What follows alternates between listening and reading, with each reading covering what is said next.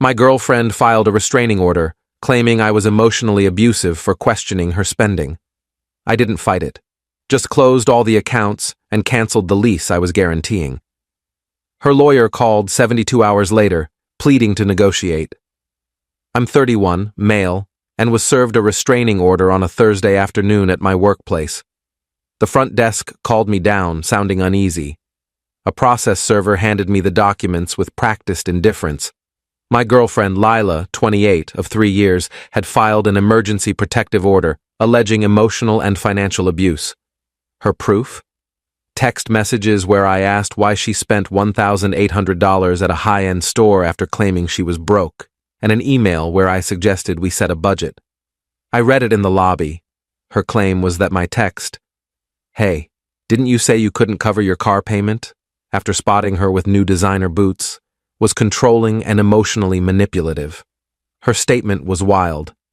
He tracks every purchase I make and grills me about money relentlessly, creating a toxic environment where I fear his reactions. Reality check. She had 4 credit cards in her name that I was paying off. Her apartment lease listed me as guarantor because her credit was terrible. Her car insurance was under my policy. I'd been covering her temporary expenses for 2 years, but apparently asking one question about her spending was abuse. The order demanded I stay 100 yards away, with no direct or indirect contact, effective immediately. I didn't argue, call, or text. I went back to my office, opened my banking apps, and got to work. Within an hour, I'd canceled all 4 credit cards. They were in her name, but I was making the payments, perfectly legal to stop. I removed her as an authorized driver from my insurance. Contacted her apartment complex to withdraw as lease guarantor, 30 days notice required. Stopped the automatic transfers I'd set up for her expenses.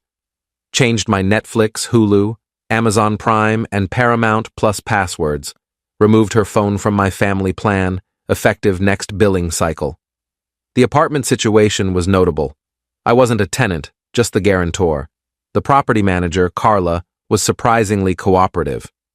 If you're stepping down as guarantor, she'll need to qualify independently or find a new guarantor within 30 days. What if she can't? She'll need to move out or face eviction. Perfect. I documented everything, saving confirmations to my personal email. Then I returned to work. Had a client meeting at 3 p.m., crushed it. That evening my phone was silent, unnervingly silent. The restraining order worked both ways. She couldn't contact me either. Update 1. Saturday morning, 8 a.m., my phone rings. Unknown number. It's a lawyer, Daniel Kessler. Mr. Carter, I represent Miss Lila Monroe. There's been a misunderstanding with the protective order. What misunderstanding? The order was clear. No contact. Yes, well, my client has encountered issues. Several of her financial accounts have been closed. I stopped making voluntary payments on her credit cards. Yes, but she depended on those payments. Then she should have considered that before filing a restraining order claiming I was abusive for questioning those payments. Silence. Mr. Carter, surely we can find a solution. My client is open to amending the order to allow financial discussions. No need. I'm fully complying with the order. No contact means no contact, including no financial support. But the lease. I've given proper notice to withdraw as guarantor. That's with the property management, not her. This is retaliatory. This is compliance. She said, my financial involvement was abusive. I'm removing myself from the abusive situation. Isn't that what she wanted? He mumbled about bad faith and financial abuse. Daniel, she filed a legal document calling me abusive. I'm honoring her wishes by staying away entirely. Enjoy your weekend, I hung up. 20 minutes later, texts poured in from her friends. I didn't read them, just screenshot them. Violating a restraining order cuts both ways. They were contacting me on her behalf. Update 2. Monday morning brought chaos. First, an email from Daniel. A formal letter demanding I resume financial support during this transition period. My reply was short, Per the restraining order, I cannot have any contact or relationship with Ms. Monroe. Financial support would constitute a relationship. Please advise your client I'm fully complying with the court order. Then came the social media storm, not the typical kind. Lila's best friend Mia posted on Instagram, "When toxic men use money to control women after being called out for abuse, part financial abuse, part narcissistic manipulation." But Mia slipped up. She shared screenshots of Lila's texts to her. "He canceled everything. I can't even watch Hulu. I told you the restraining order would make him notice, but now he won't pay my cards. The lawyer says he's not legally obligated, so he can just stop." This backfired hard. Someone sent me the screenshots. I forwarded them to my lawyer, hired Saturday afternoon. The real fun came Tuesday evening. Carla from the apartment complex called. "Mr. Carter, I'm required to inform you that Miss Monroe hasn't provided alternative qualifications or a new guarantor. She has 23 days left. Please confirm my guarantee ends as scheduled." "It will, but she came in today with her mother." There was an incident. "Oh?" "Her mother, Mrs. Monroe, tried to forge your signature on a guarantee renewal form." I sat up. "Excuse me?" "We have cameras and your signature on file. It was clearly forged. We've referred it to our legal team and local police. Wow." Update 3. Lila's mother, Diane, tried contacting me via LinkedIn, professional platform not covered by the restraining order, apparently. Her message, "James, this is absurd.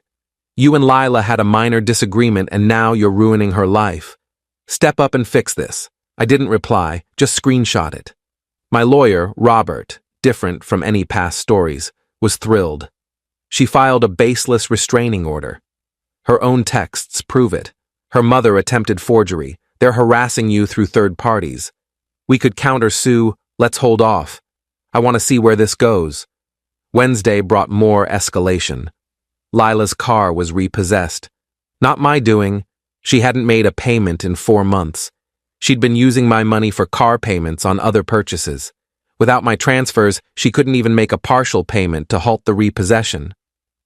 Mia posted about it. Now he's taking her car. This is abuse. A commenter pointed out, if he's taking her car, doesn't that mean he was paying for it? How is stopping payment on someone else's car abuse? Mia deleted the post.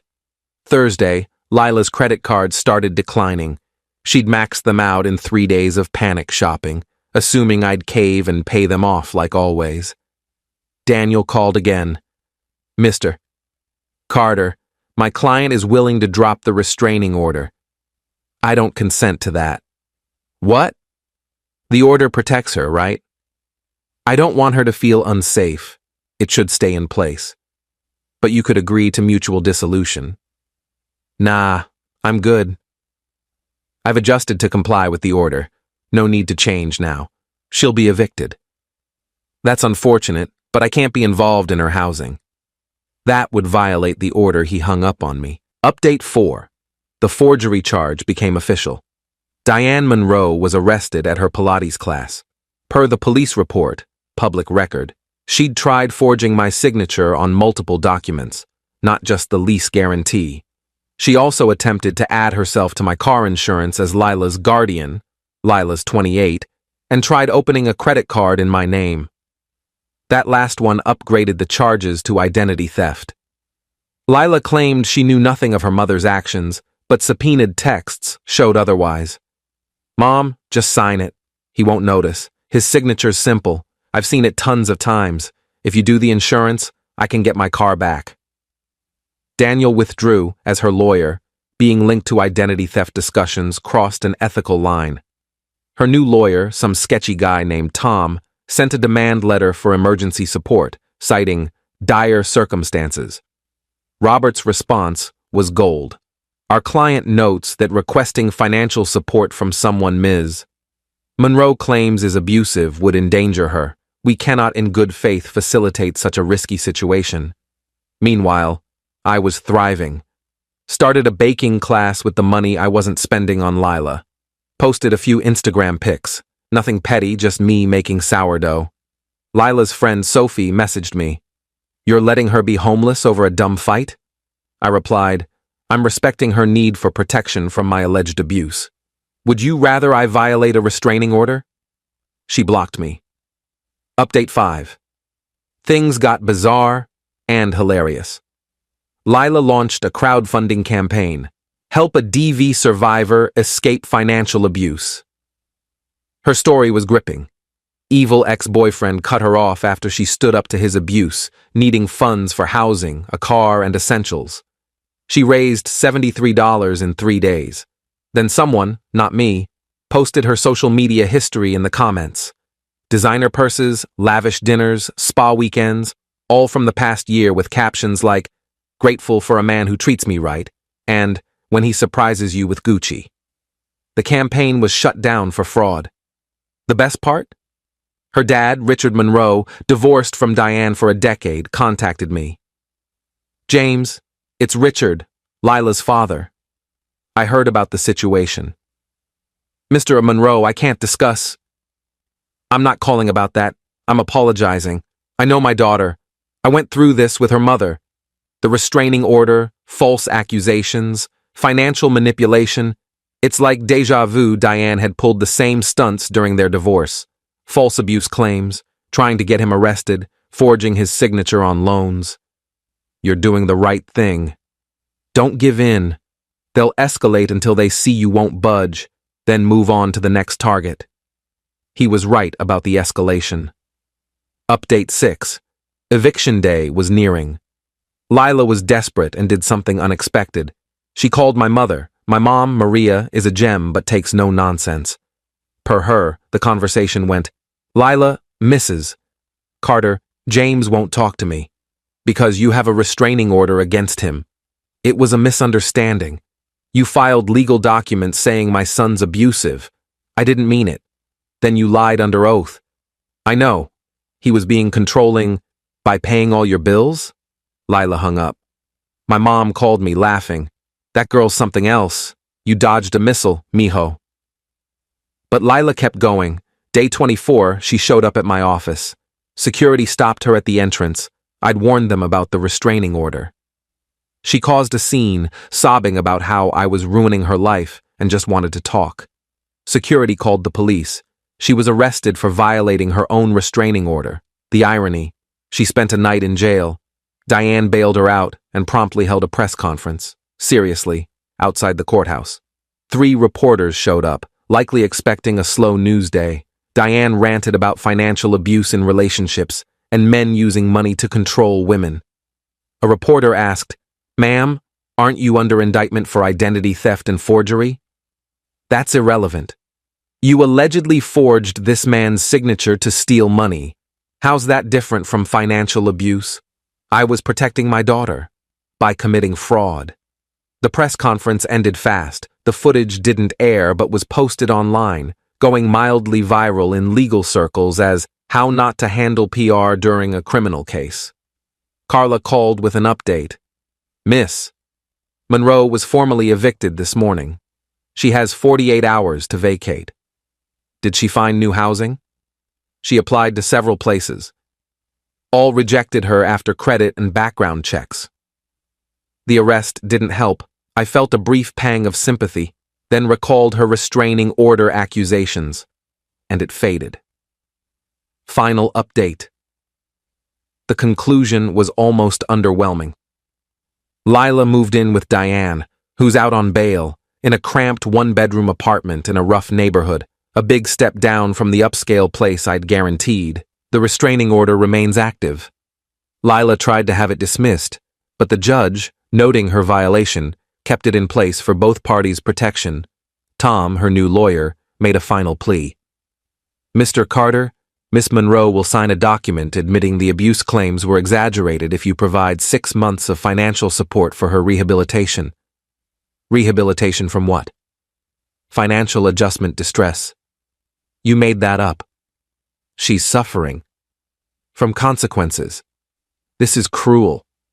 This is accountability. He gave up. I ran into Mia at a grocery store.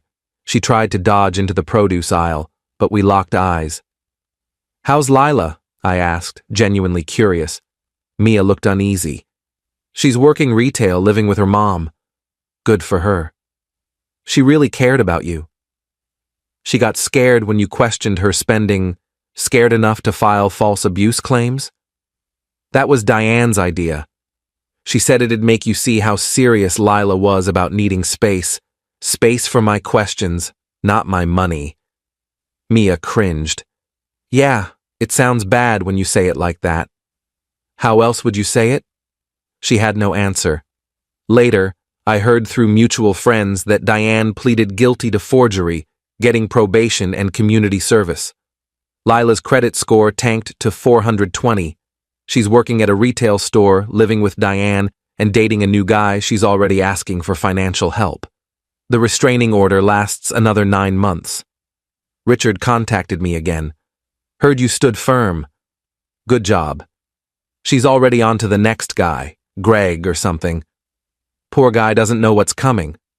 As for me, I took the $3,500 a month I was spending on Lila and boosted my retirement savings, started a solid investment portfolio, took that baking class, bought a high-end coffee maker, still had cash left. The restraining order is my favorite ironic keepsake.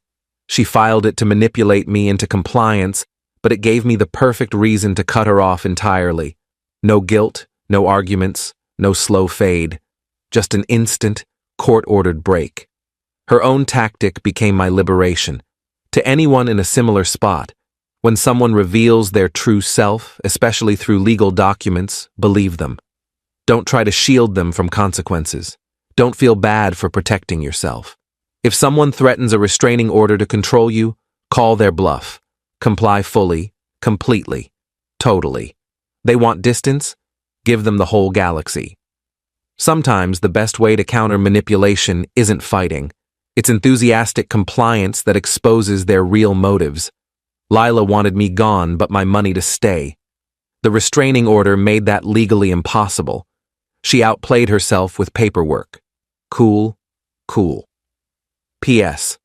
To the 3 people who messaged saying I was abusive for cutting her off, she filed legal documents claiming my financial support was abuse.